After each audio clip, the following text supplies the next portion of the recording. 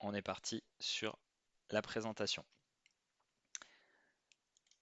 Hop, donc ça fait partie de nos webinaires, comme je vous disais, sur la sécurisation de l'Active Directory. Donc un mot rapide sur l'annuaire Active Directory que vous connaissez tous, je pense.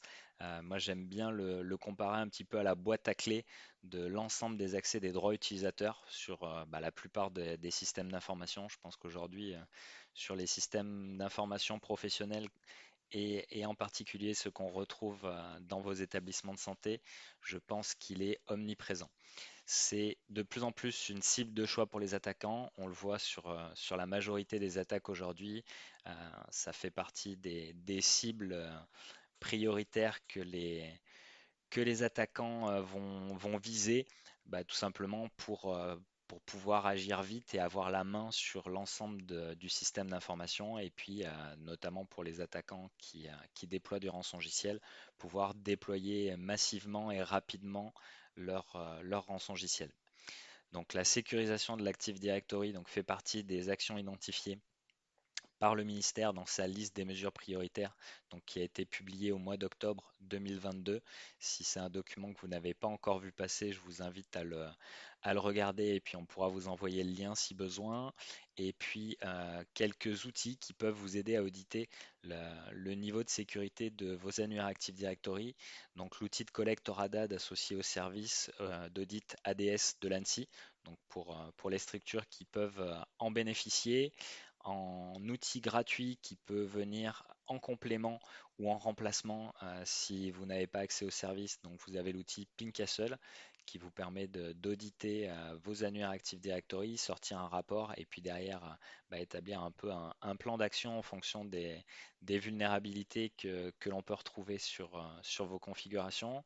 Et puis un autre outil que je n'ai pas eu le temps de beaucoup tester à ce jour, qui s'appelle Purple Night, et qui peut être un petit peu aussi complémentaire par rapport à certaines fonctionnalités de Pincastle qui ont disparu dans la version gratuite et qui ne sont aujourd'hui présentes que dans la version payante. Hop. Donc les documents Office, ils sont utilisés depuis longtemps par les attaquants, notamment avec les macros VBA qui sont souvent utilisés donc par les attaquants, notamment par le groupe derrière Dridex, Emotet, Qbot ou IceID, donc qui sont des chevaux de Troie avec lesquels travaillent notamment plusieurs acteurs du monde du rançongiciel. Donc ça, c'est quelque chose que l'on voit depuis pas mal d'années. Ça fait je dirais au moins une bonne dizaine d'années que l'on voit ce type de document. Euh, pour vous montrer un petit peu ce qu'il est possible de faire. Très facilement, hein, on peut créer des macros VBA avec derrière de l'exécution de code. Ici, on peut le voir avec une requête PowerShell qui va télécharger donc un petit script de payload donc malveillant qui va derrière être exécuté et va permettre d'établir une connexion vers un serveur de commande et de contrôle. Donc ça, c'est des choses assez classiques que l'on voit depuis longtemps. Donc je vais essayer de vous montrer comment ça fonctionne. On va prendre un exemple. Alors, démarrer cette machine. Hop.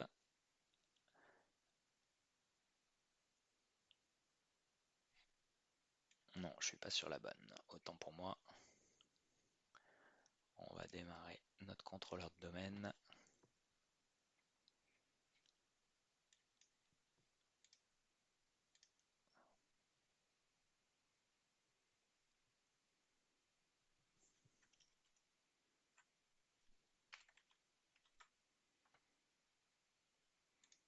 Celle-là, on va la garder de côté parce qu'elle va nous servir juste après. Hop, mon contrôleur de domaine est démarré et je vais démarrer ma machine victime.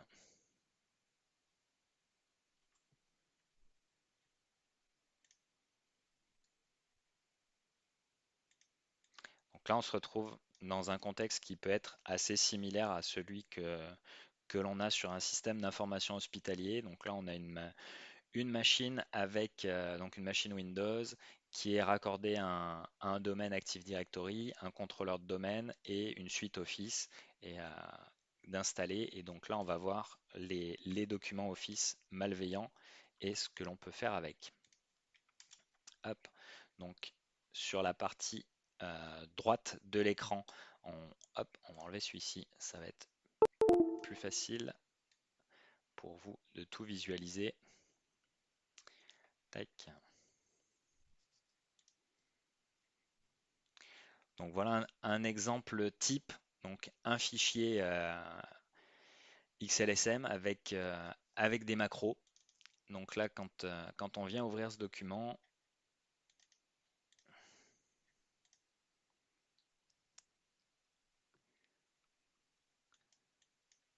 s'il veut bien s'ouvrir,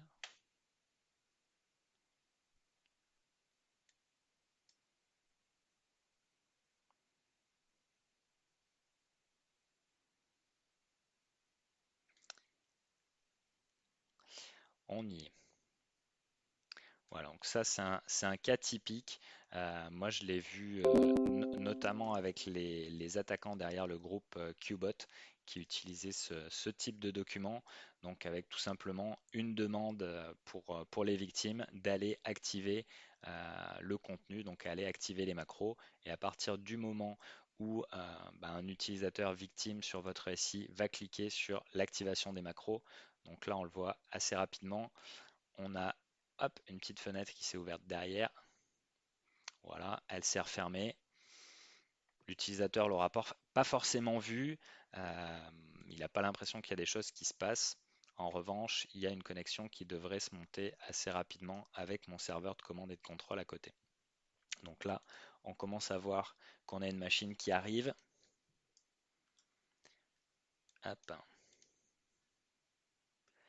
Là, même si ma victime vient fermer son, son Excel, hop, l'attaquant, lui, aura la main sur cette machine. Donc là, on peut voir sur l'écran de droite que la session est bien montée. Hop, et là, potentiellement, mon attaquant va pouvoir venir effectuer des actions. Hop, comme par exemple ici, pousser un fichier malveillant. Donc là, on est sur un outil de chiffrement qui est l'outil de chiffrement du groupe Lockbit qui a été diffusé publiquement au mois de septembre l'année dernière. Là, mon attaquant va pouvoir venir prendre la main sur la machine, ouvrir un shell et puis hop, exécuter potentiellement des choses malveillantes, enfin, réaliser tout un tas d'actions et prendre le contrôle du système d'information.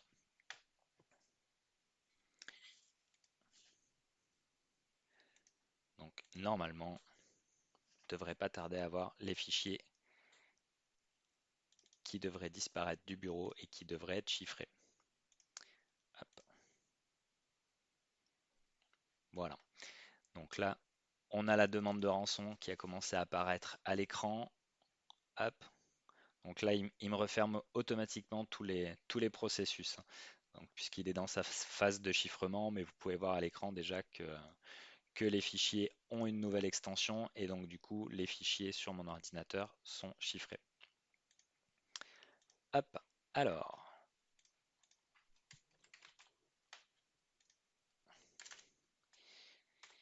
suite à ça, donc Microsoft a annoncé en 2022 qu'ils allaient bloquer nativement toutes les macros pour les documents qui sont édités par un utilisateur tiers. Donc ça se présente comme ça. Donc à partir du moment où vous avez un, un Excel, enfin une version d'Office à jour, que vous ouvrez un document qui a des macros et qui a été enregistré, édité par un autre utilisateur, vous allez avoir le contenu des macros qui est bloqué par défaut. Donc, euh, bah, pour les victimes, c'est beaucoup plus difficile de se faire avoir, puisque là, quand les attaquants veulent donner des consignes comme simplement cliquer sur le bouton activer le contenu pour exécuter les macros, là, pour pouvoir exécuter les macros, il faut refermer le document, aller faire un clic droit sur propriété, débloquer, sinon les macros restent bloqués. Donc les attaquants, hop, bah, sont un peu plus embêtés avec ça aujourd'hui. Donc je vais vous montrer, hop, à quoi ça ressemble le blocage qui a été mis en place aujourd'hui. Hop, sur cette machine. Voilà. Donc là aujourd'hui, quand j'ai un document qui arrive soit de l'extérieur, donc soit d'Internet, ou soit un document qui est sur un partage de fichiers, sur un serveur de fichiers par exemple, et qui a été édité par une autre personne que moi, à partir du moment où je vais le lancer, que je vais l'ouvrir, il va par défaut me bloquer les macros. Hop. Donc là, on a ça qui apparaît à l'écran. Donc beaucoup plus difficile pour les attaquants d'arriver à piéger leurs victimes. Donc là, comme je vous le disais, si la victime souhaite vraiment exécuter les macros, on peut avoir des cas légitimes hein, d'exécution de macros, hein, comme je vous le disais, en interne sur un serveur de fichiers et si ce document est partagé entre plusieurs utilisateurs. Donc là, on est obligé de venir cliquer sur débloquer pour valider le fait que ce document, on souhaite bien exécuter les macros dessus. Et donc là, on récupère la main sur l'exécution.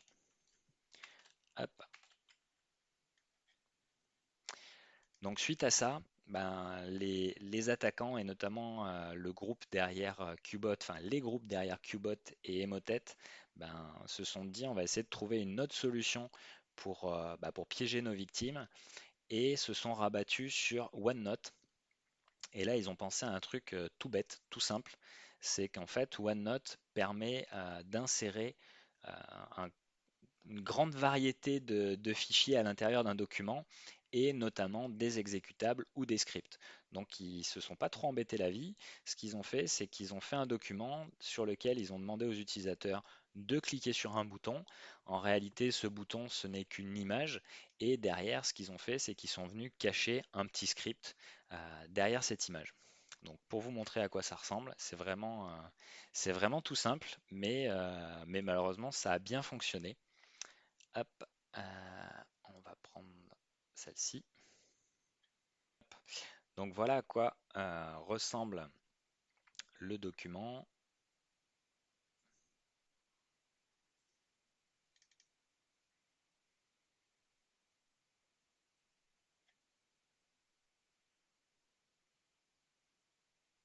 Donc là, ma victime, si elle regarde en fait derrière tout simplement ce petit graphisme, bah là en fait on vient retrouver le script et à partir du moment où elle double-clique dessus, elle va exécuter ce script. Hop. Donc suite à ça, Microsoft a à nouveau réagi et a annoncé et mis en place d'ailleurs fin avril 2023 avec l'arrivée de la version 23.04 d'Office 365. Ils ont ajouté une fonctionnalité qui permet de bloquer l'ouverture de fichiers avec une extension dite dangereuse. Donc ça, c'est à partir de ce que Microsoft a considéré comme dangereux et bah, tous ces documents qui sont incorporés dans OneNote ne seront plus exécutables et personne ne pourra plus l'ouvrir.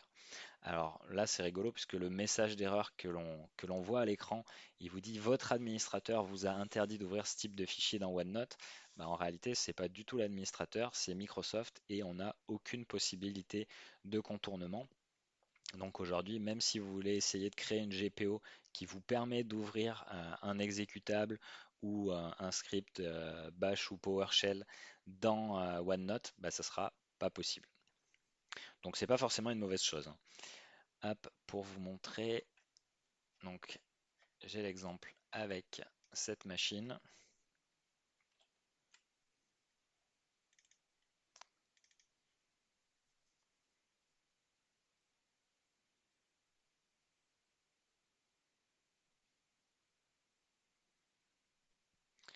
J'ai l'impression qu'on a un peu de latence sur l'affichage à l'écran. Bon, donc là, un exemple à l'écran donc de ce que je vous disais, un document Office avec le, le petit script malveillant. Et là, on est sur une version récentes d'Office avec donc du coup les dernières mises à jour. Et là, à partir du moment où la victime va tenter de double-cliquer sur le script, bah, elle est tout simplement bloquée. Donc là, elle ne pourra pas exécuter le script. Du coup, bah, ces restrictions dont je vous ai parlé qui ont été mises en place par Microsoft, aussi bien le blocage des macros que le blocage des fichiers incorporés dans OneNote, malheureusement, il y a une limitation à tout ça, c'est que ça ne s'applique par défaut euh, qu'aux versions d'Office récentes et qui ne sont pas en volume licence.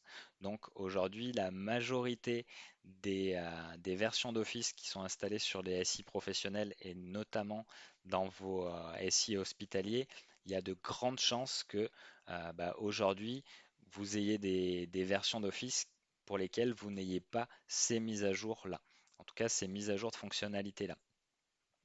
Donc, moi, ce que je peux vous conseiller, bah, c'est de mettre en place ces blocages via des GPO. C'est quelque chose d'assez facile à faire, ça existe depuis un bon moment. Donc là, vous avez un exemple, vous les aurez dans les slides, hein, donc vous pourrez reprendre ça tranquillement à tête reposée. Donc ça nécessite d'avoir les templates ADMX pour Office, donc vous avez le lien de téléchargement euh, en bas de cet écran, et puis là, vous avez tout le descriptif de la stratégie. Donc ce qu'il faut savoir, c'est que le blocage de l'exécution des macros sur Office ne se fait pas pour tous les produits Office d'un coup, mais on doit aller le faire pour chaque outil dans Office. Donc là, pour Access, Excel, PowerPoint, etc. Et de même pour les fichiers qui sont incorporés dans OneNote, là aussi, vous avez une GPO qui permet d'aller faire cette désactivation. Donc là, pour vous montrer la mise en œuvre, hop, tac.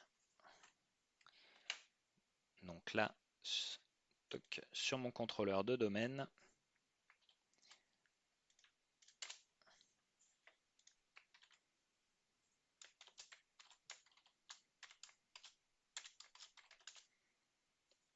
donc là, je vais venir activer mes stratégies, donc désactivation des fichiers incorporés dans OneNote.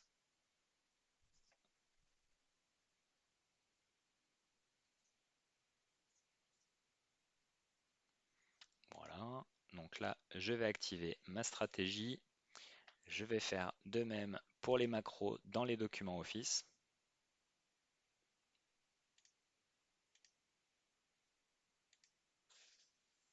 Ok,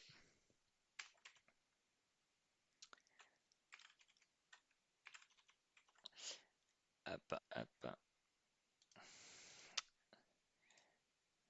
Et on va prier pour que ça fonctionne.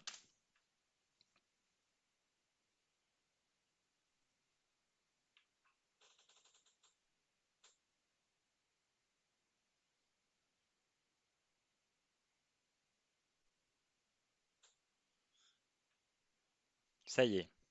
Donc là, mes stratégies se sont bien appliquées. Hop, et donc ce que je vous disais tout à l'heure, l'avantage de ces stratégies, c'est qu'on n'a pas besoin de redémarrer la machine, elle s'applique immédiatement. Donc là, normalement, si j'ouvre mon Excel, bah, comme vous le voyez à l'écran, les macros ont bien été bloqués. Donc, hop, et si je viens tenter d'ouvrir mon script qui est incorporé dans mon fichier OneNote, là, il est bien bloqué également. Donc ça, c'est des choses que vous pouvez mettre en place euh, qui au final ne coûtent pas grand-chose, vont quand même énormément vous protéger contre tous ces types de menaces. Alors, hop, je voulais également vous montrer autre chose, notre type d'attaque qui existe hop, depuis quelques temps. Moi, la première fois que j'ai vu ce type d'attaque arriver, c'était en 2017. Euh, c'est revenu un petit peu sur le devant de la scène récemment, notamment avec Processus qui a lancé sur sa chaîne YouTube une vidéo sur ce sujet. Donc cette technique, elle s'appelle le Remote Template Injection. Ça consiste en fait à créer un document Office à partir d'un modèle Et une fois qu'on a créé ce document à partir du modèle, ce que fait le document, c'est qu'il va toujours aller chercher à se connecter à ce modèle pour appliquer les informations de base qui ont été créées dans ce modèle. Donc la technique est assez simple. Il suffit dans le fichier Office d'aller éditer un petit fichier XML et de dire que bah, ce fichier ne se trouve pas sur un emplacement local de ma machine ou un emplacement sur mon SI interne, mais d'aller dire que ce fichier se trouve sur une machine extérieure, par exemple exposée sur Internet. Et donc du coup, bah, à l'ouverture de ce fichier, le, en fait, Word va tenter d'aller chercher ce modèle et ce qui fait, et ce qui est vraiment très difficile à maîtriser en interne, c'est qu'il va tenter de s'authentifier sur un serveur, donc il va laisser passer les informations de connexion à une machine extérieure. Donc je vais vous le montrer, ça va être certainement beaucoup plus simple à comprendre. Hop, je vais hop, enlever mes stratégies, ça va être plus simple pour éviter les soucis. Tac, lui, je le laisse de côté et tac, je vais reprendre la main sur un autre outil sur mon serveur. Donc là, côté attaquant, bah, ce que l'attaquant va pouvoir faire, c'est utiliser notamment un outil comme Responder, donc qui est un outil qui va faire de l'écoute sur bah, différents ports réseau.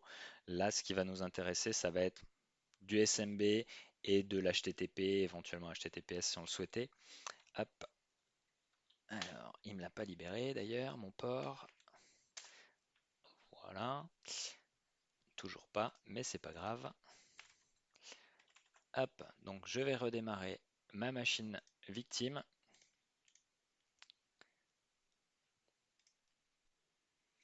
Et donc ce que permet de faire Responder, c'est au-delà de l'écoute, il va répondre comme son nom l'indique et bah, derrière demander une authentification NTLM aux machines qui viennent se connecter sur le serveur. Et donc du coup, ben, là, ce que va faire ma machine victime, c'est qu'elle va donner mes informations d'authentification. Hop, voilà. Donc là, si j'ouvre mon fichier Word malveillant,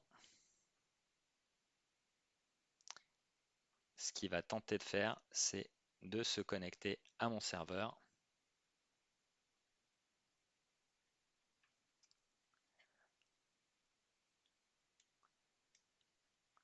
Évidemment, ça ne va pas fonctionner là aussi. Ça va être super. Hop, on va essayer avec l'autre machine. Tac. Ok. Il y a des jours comme ça où ça veut pas. C'est l'effet démo. Hop.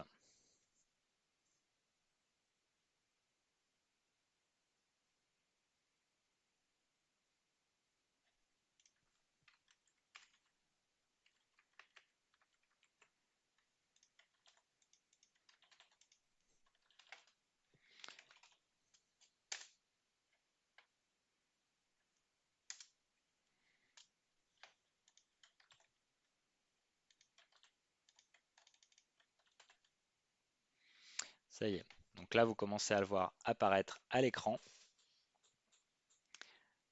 Donc là, en fait, ce que je vais récupérer, ça va être bah, le nom d'utilisateur, le nom de la machine. Pour le cas d'une machine qui est connectée à un annuaire Active Directory, donc là, on va récupérer le domaine à la place du nom de la machine. Et donc là, on retrouve le condensat du mot de passe de l'utilisateur qui derrière pourra être cassé par les attaquants. Donc, pour se protéger contre ça, ce que je peux vous conseiller, c'est d'utiliser cette GPO qui consiste à désactiver l'authentification NTLM vers des serveurs extérieurs et notamment des serveurs qui ne seraient pas raccordés à votre domaine Active Directory. Alors, il faut avoir quand même, enfin, mettre en œuvre quelques précautions quand on met ça en route. Euh, Vous avez la possibilité sur cette stratégie, avant de la placer en refuser tout, vous pouvez la mettre en mode audit, ce qui va vous permettre de voir toutes les connexions d'authentification NTLM dans dans des journaux d'événements. Et donc du coup, ça va vous permettre de voir si jamais vous avez des machines externes qui utilisent ce type de connexion. Je vous dis ça parce que potentiellement, vous pourriez avoir une application un peu ancienne sur votre SI qui pourrait utiliser ça. Donc c'est quand même important de le passer en mode audit, de regarder pendant 1 à 2 semaines ce qui se passe, et puis au moins, et puis ensuite mettre en place ce blocage pour éviter ce type d'attaque. Hop, donc pour vous montrer ce qu'on peut faire, hop, là c'est pareil. Si j'active la stratégie,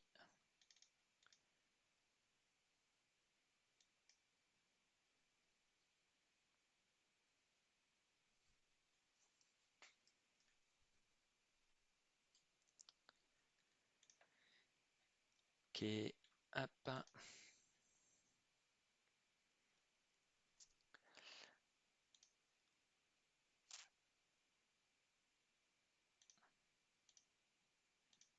voilà,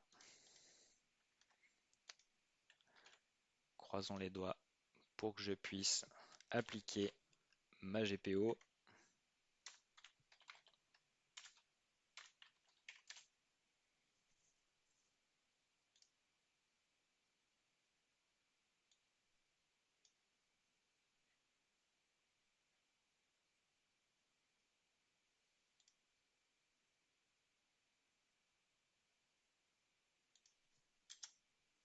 Ok, donc là, ma GPO est activée.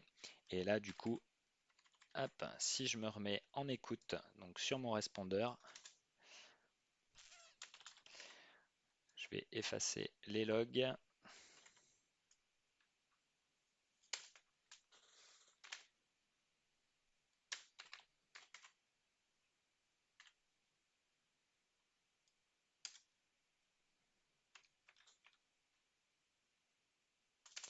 Tac, je relance l'écoute du coup sur mon serveur attaquant. Et là, si je tente d'ouvrir mon fichier malveillant, normalement, je ne devrais plus avoir aucune connexion vers ce serveur malveillant.